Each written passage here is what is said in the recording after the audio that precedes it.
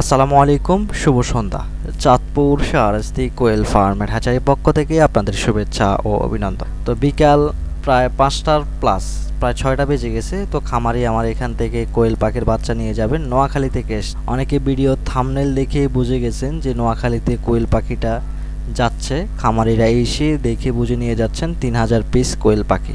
তো খামারিকে পুনরায় কিন্তু পাখি দেওয়ার চেষ্টা করতেছি। খামারি এইভাবে দ্বিতীয়বারের মতো কোয়েল পাখির বাচ্চা সংগ্রহ করতেছেন। তো খামারিকে সুন্দরভাবে কোয়েল পাখির বাচ্চাটা দেওয়ার জন্য চেষ্টা করেছি। 100% ফিমেল পাখি না হলে এখানে 90% ফিমেল পাখি হবে। আমি কখনো খামারিকে 100% ফিমেল পাখি বলে খামারিদের মাঝে কখনো পাখি বিক্রি করি না, বলে থাকি 90%। তো আশা করা যায় যে খামারি 90% পাখি কিন্তু খামারিরা পায়, 90 থেকে 95% পেয়ে থাকে। তো খামারিদের মাঝে যে কোয়ালিটির পাখিটা আমি দিচ্ছি আপনাদেরকে একটু দেখাচ্ছি। দেখুন আপনারা, এই কোয়ালিটির পাখিটা কিন্তু খামারিরা পাচ্ছে।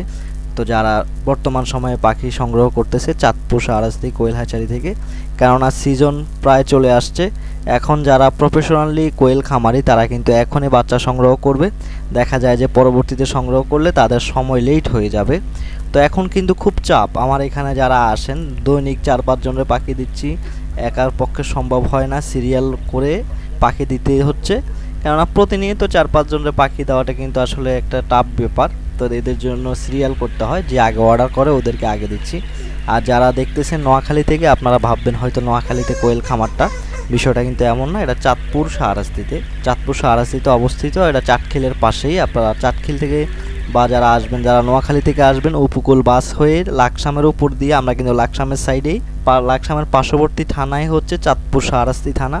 আপনারা লাকসাম হয়ে আমার এখানে খুব সহজে উপকূল বাসে করে, উপকূল বাস থেকে নেমে সিএনজিতে করে আমার এখানে চলে আসতে পারবেন। বেশি একটা দূরে না। তো খামারি 3000 পাখি নিচ্ছেন। খামারিদেরকে এর পুরনো খামারি, এরপরেও নতুন করে কিছু বক্তব্য দিচ্ছি যে কিভাবে পাখি পালন করতে হবে, কিভাবে পাইকার ম্যানেজমেন্ট করতে হবে, কিভাবে ডিম বিক্রি করতে হবে, কিভাবে, যেহেতু আপনি আগে 1000 পাখি পালন করতেন, এখন 3000 পাখি নিচ্ছেন, আপনার করণীয় কী, এই বিষয়গুলো সম্পর্কে ইনশাল্লাহ সব কিছু ডিটেলস আমি বলে থাকি খামারিদের মাঝে। কেননা একজন খামারি ভালো পরামর্শ না দিলে কিন্তু খামারি উপরে উঠতে পারবে না।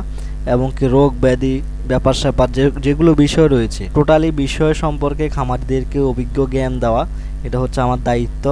এবং কি শুধু পাখি বিক্রি করা না, সকল বিষয়ে খামারিদেরকে বুঝিয়ে এরপর পাখি দিয়ে দিয়েছি। কেননা আপনারা যারা চাঁদপুর শাহরাস্তি থেকে কোয়েল হ্যাচারি থেকে পাখি নিচ্ছেন, আপনারা দেখতেছেন এখানে সার্ভিস। তো খামারিরা আস্তে আস্তে একবারে সন্ধ্যা হয়ে গেছে যে ভাই দুপুরবেলা প্রচুর গরম পড়ে, ওই সময় পাখি ক্যারি করব না, আমরা এখন বিকেলে আসে পাখিটা নিয়ে যাব, ঠান্ডা ঠান্ডা সমস্যা নেই। তো আমি খামারিকে বললাম যে আগে আসতে সমস্যা হবে না। তো খামারি আস্তে আস্তে লেট করে ফেলেছেন, যেহেতু নোয়াখালী মোটামুটি ওনারা একটু মাইজ দিতে আছে, তো একটু দূর আছে।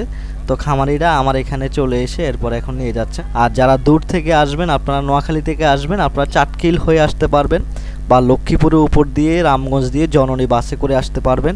বিভিন্ন সুযোগ সুবিধা রয়েছে।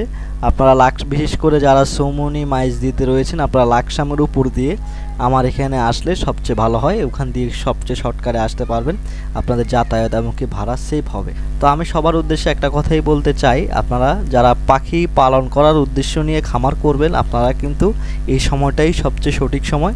আপনারা ফার্মে বাচ্চা তোলার ব্যবস্থা করেন। এই সময়টা চলে গেলে কিন্তু আপনি বহু কিছু হারিয়ে ফেলবেন, এবং কি সময়টা কিন্তু খুবই জরুরি। আপনারা এই সময় খামারের কোয়েল পাখির বাচ্চা সংগ্রহ করবেন।